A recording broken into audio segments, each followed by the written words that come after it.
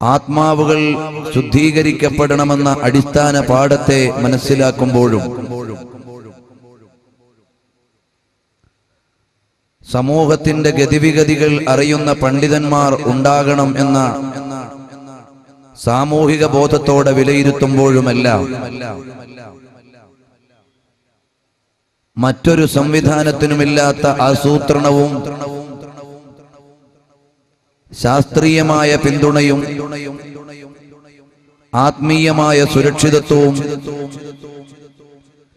അവഗാഹത്തിലുള്ള വൈജ്ഞാനിക അവസരവും പള്ളി ദർസുകൾക്ക് മാത്രമാണ് കാണാൻ കഴിയുന്നത്.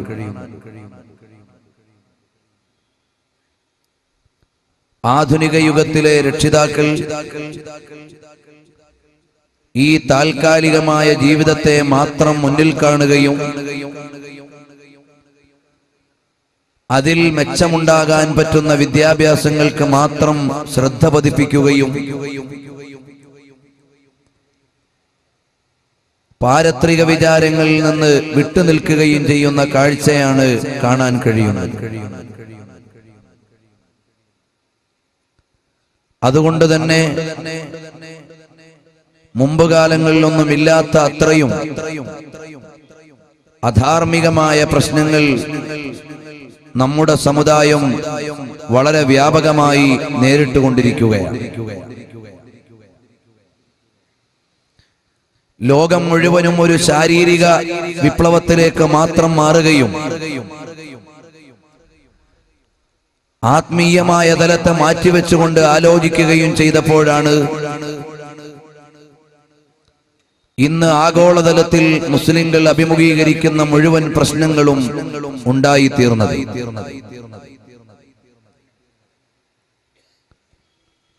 ഇന്ന് നാം കാണുന്ന അറബി ഇസ്ലാമിക രാജ്യങ്ങളെല്ലാം തെരുവിൽ വിചാരണ ചെയ്യപ്പെടുന്ന ഭരണാധികാരിയും അഴുക്കുചാലിൽ നിന്ന് വലിച്ചെടുക്കപ്പെടുന്ന രാഷ്ട്രാധികാരിയും 1000 ചോദ്യചിഹ്നങ്ങൾക്കും ഭീഷണികൾക്കും നടുവിൽ നിൽക്കുന്ന ഇസ്ലാമിക രാജ്യങ്ങളുമെല്ലാം കാണുമ്പോൾ നാം ആലോചിക്കേണ്ടത് ഈ രാജ്യങ്ങളെല്ലാം ഇന്നലെയോ മെനിങ്ങാനോ ഉണ്ടായതല്ല, മറിച്ച് ഇസ്ലാമിന്റെ ശരിയായ മൂല്യങ്ങളെ ഏറ്റെടുക്കുകയും ഇസ്ലാമിക വിജ്ഞാനത്തിന് പ്രാധാന്യം കൊടുക്കുകയും ചെയ്തപ്പോൾ എല്ലാവരുടെയും മുമ്പിൽ അഭിമാനത്തോടെ തല ഉയർത്തി നിന്ന രാജ്യങ്ങളും ഉമർ ഇബ്നുൽ ഖത്താബ് റളിയല്ലാഹു അൻഹുവിനെ പോലെ, ഉമർ ഇബ്നു അബ്ദുൽ അസീസ് റളിയല്ലാഹു അൻഹുവിനെ പോലെ, സലാഹുദ്ദീൻ അയ്യൂബിയെ പോലെ, ഉമറുൽ മുഖ്താറിനെ പോലെ, നൂറുദ്ദീൻ ഉസിംഗിയെ പോലെ ആത്മീയമായ തലമുള്ള ഭരണാധികാരികൾ മറ്റുള്ളവരുടെ എല്ലാം മുമ്പിൽ അഭിമാനത്തോടെ ഭരിച്ചുകൊണ്ടിരുന്ന രാജ്യങ്ങളാണ്. ആത്മീയതയെ മാറ്റിവെക്കുകയും ഭൗതികമായ വിചാരങ്ങൾക്ക് പ്രാധാന്യം കൊടുത്തതിന്റെ പേരിൽ ഇന്ന് ഇല്ലായ്മ ചെയ്യപ്പെടുന്നത്. അതുകൊണ്ട് തന്നെ ലോകം മുഴുവനും ഇന്ന് അഭിമുഖീകരിക്കുന്ന ഏറ്റവും വലിയ പ്രശ്നം സാമ്പത്തിക ദാരിദ്ര്യത്തെക്കാൾ, വിഭവ ദാരിദ്ര്യത്തെക്കാൾ, മറ്റേതെങ്കിലുമൊക്കെ ദാരിദ്ര്യ പ്രശ്നങ്ങളെക്കാൾ ഇന്ന് ലോകം അഭിമുഖീകരിച്ചു കൊണ്ടിരിക്കുന്ന ഏറ്റവും വലിയ പ്രശ്നം ആത്മീയമായ തലത്തിലെ ദാരിദ്ര്യമാണ് എന്ന് നാം തിരിച്ചറിയേണ്ടതുണ്ട്. മനുഷ്യൻ മുഴുവനും മാതാവിനെയും പെങ്ങളെയും ഭാര്യയെയും മകളെയും കേവലം സ്ത്രീയാണെന്ന് മാത്രം വായിക്കുന്ന സിദ്ധാന്തമാണ് നമ്മുടെ കുട്ടികൾ പഠിച്ചുകൊണ്ടിരിക്കുന്നത്. ഉമ്മ ആദരവിന്റെ മഹോന്നതമായ തലത്തിലുള്ളതാണ്. ഭാര്യ സ്നേഹവാത്സല്യങ്ങളുടെ മണ്ഡലത്തിൽ പരിരക്ഷ ലഭിക്കേണ്ടവളാണ്. മകൾ സുരക്ഷയും വാത്സല്യവും സ്നേഹങ്ങളും അതുപോലെ തന്നെ ജീവിത സംവിധാനങ്ങൾ ഒരുക്കി കൊടുക്കപ്പെടേണ്ടവളുമാണ്. പെങ്ങൾ താരല്യത്തിന്റെ മധുവിൽ സാഹോദര്യബോധത്തോടെ സംരക്ഷിക്കപ്പെടേണ്ടവളാണ്. എന്നീ ആത്മീയമായ പാഠങ്ങളെ ഇല്ലായ്മ ചെയ്യപ്പെട്ടപ്പോഴാണ് മാതാവിന്റെയും മകളുടെയും ഭാര്യയുടെയും പെങ്ങളുടെയുമെല്ലാം ശരിയായ മൂല്യങ്ങൾക്കപ്പുറം ഉപഭോഗ വസ്തുവായി ഇവരെല്ലാവരും മാറിയത്.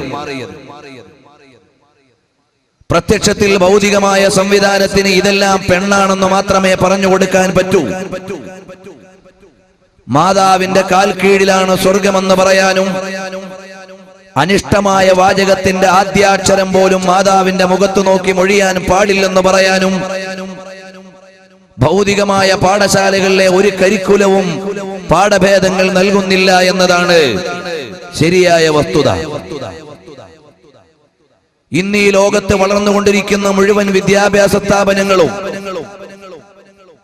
ഒരു യന്ത്രത്തെ, വളരെ സമർത്ഥമായി പ്രവർത്തിക്കാൻ പറ്റുന്ന ഒരു യന്ത്രത്തെ രൂപപ്പെടുത്താനാണ് മെഡിക്കൽ കോളേജും എഞ്ചിനീയറിംഗ് കോളേജും മാനേജ്മെന്റ് സ്റ്റഡീസും അതുപോലെയുള്ള മുഴുവൻ വിദ്യാഭ്യാസ മേഖലകളും ശ്രമിച്ചുകൊണ്ടിരിക്കുന്നത്.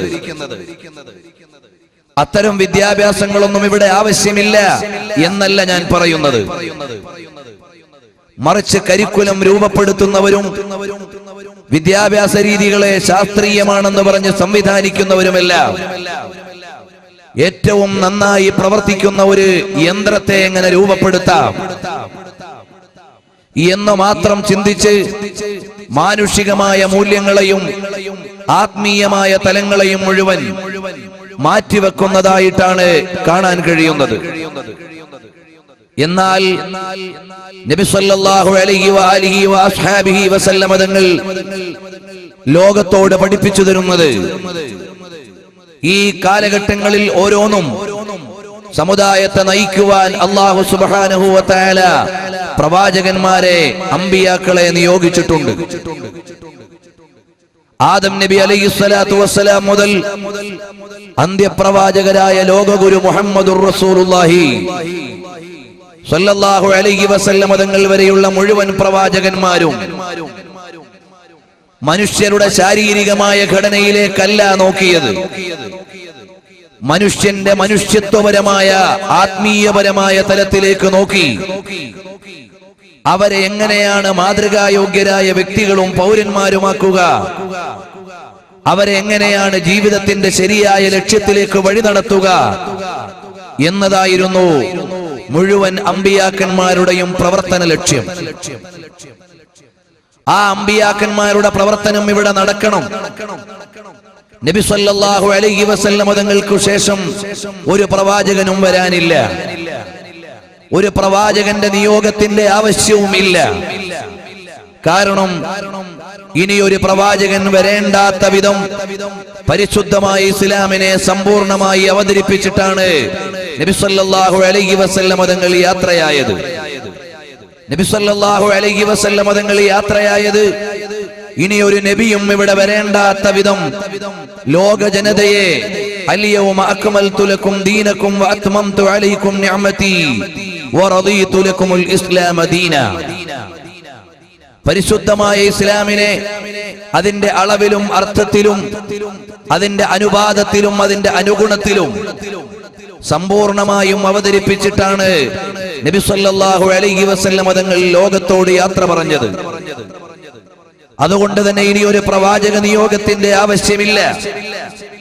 എന്നാൽ പ്രവാചകന്മാർ നടത്തിയിരുന്ന പ്രവർത്തനത്തിന്റെ തുടർച്ച ഇവിടെ ആവശ്യമാണ്. പ്രവാചകന്മാരുടെ നിയോഗത്തിന്റെ ആവശ്യമില്ല, ഇനി ഒരു പുതിയ ശരീഅത്തിന്റെ ആവശ്യമില്ല, ഇനി ഒരു പുതിയ വേദത്തിന്റെ അവതരണ ആവശ്യമില്ല. കാരണം പരിശുദ്ധമായ ഖുർആൻ അന്ത്യനാൾ വരെയുള്ള മാനവികതയെ വഴി നടത്താൻ മാത്രം പരിപക്വമായ വേദമാണ്.